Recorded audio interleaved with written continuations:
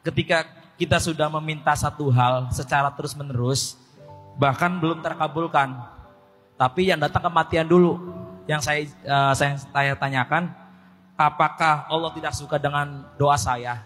Allah tuh setiap kali kita berdoa, selama doa itu menurut kita adalah doa yang baik, nggak mengandung maksiat, tidak mengandung zalim kepada siapapun, maka Allah pasti mengabulkan doa kita. Cuman kadang cara Allah mengabulkan doa itu yang kita nggak ngerti, sehingga kadang-kadang kita bilang belum dikabulkan.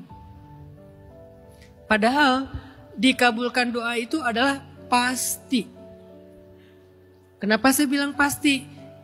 Karena itu janji Allah. Ud'uni astajib lakum. Mintalah kepadaku, pasti aku kabulkan. Kan Allah yang berjanji, dan Allah kan gak pernah ingkar janji. Udah pasti dikabulkan. Jadi enak banget orang Islam tuh. Ada apa-apa minta sama Tuhannya, pasti dikabulkan. Pasti. Tapi kadang cara Allah ngabulin yang kita gak ngerti.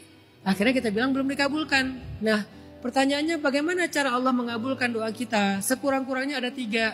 Sebetulnya lebih dari 3. Tapi yang paling populer itu 3. 1, diberikan persis seperti yang kita minta. Dan inilah yang kita sebut dikabulkan. Kalau lain kita pikir gak dikabulkan ya. Diberikan persis seperti yang kita minta. Kedua, diberikan yang lebih baik daripada yang kita minta. Bukan yang kita minta yang dikasih, yang lebih baik dari itu. Misalnya, Ricky minta uang 100.000.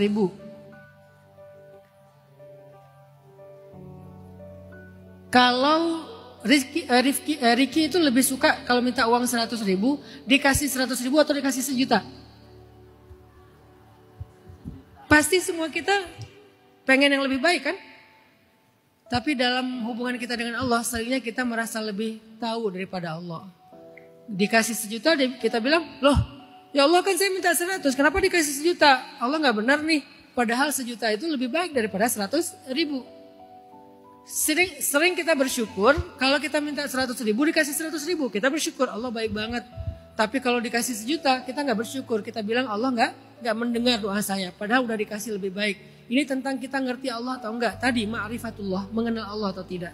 Dan yang ketiga, Allah mengabulkan doa dengan cara mengganti doa kita dengan menghindarkan kita dari keburukan yang sama dengan doa kita.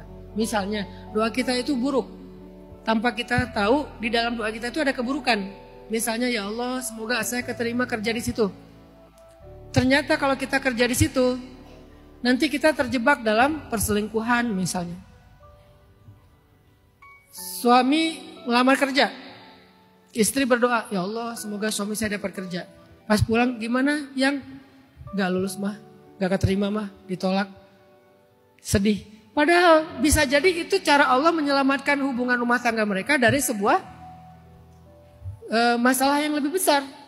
Itu cara Allah mengabulkan. Jadi bukan doa kita gak dikabulkan. Tapi karena doa kita itu nantinya akan jadi keburukan, Allah hindarkan kita dari keburukan itu. Itu cara Allah mengabulkan. Nah sekarang tinggal kita lihat. Atau kalau kita nggak lihat, kita belajar yakin aja. Doa saya selama itu tidak ada maksiat, tidak ada kezoliman, pasti dikabulkan oleh Allah. Kecuali doa saya isinya maksiat. Ya Allah, berikan saya rezeki biar saya bisa top up judi online. Itu maksiat. Ya Allah, beri saya uang. Karena saya pengen misalnya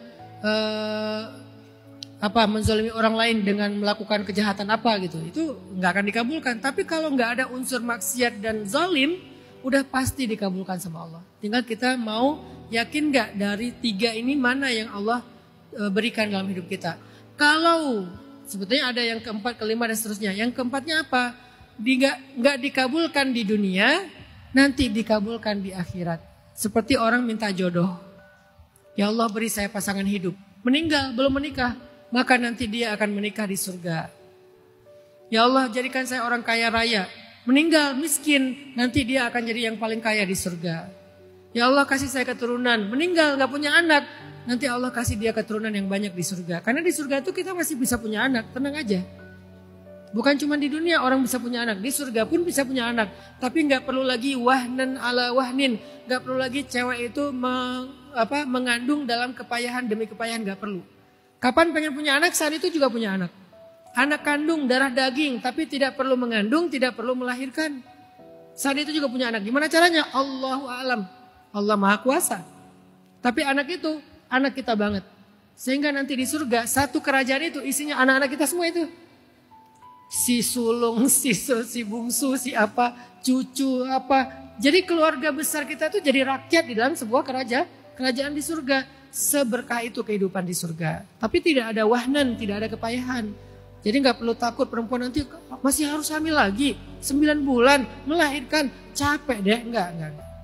Kalian akan gampang. Artinya kalau nggak dikabulkan di dunia, maka insya Allah dikabulkan di akhirat. Dan memang mungkin kita lebih membutuhkan itu di akhirat daripada di dunia. Ya minimal yang sekarang dapat 4 berarti. Persis lebih baik dihindari dari keburukannya atau ditunda nanti di akhirat.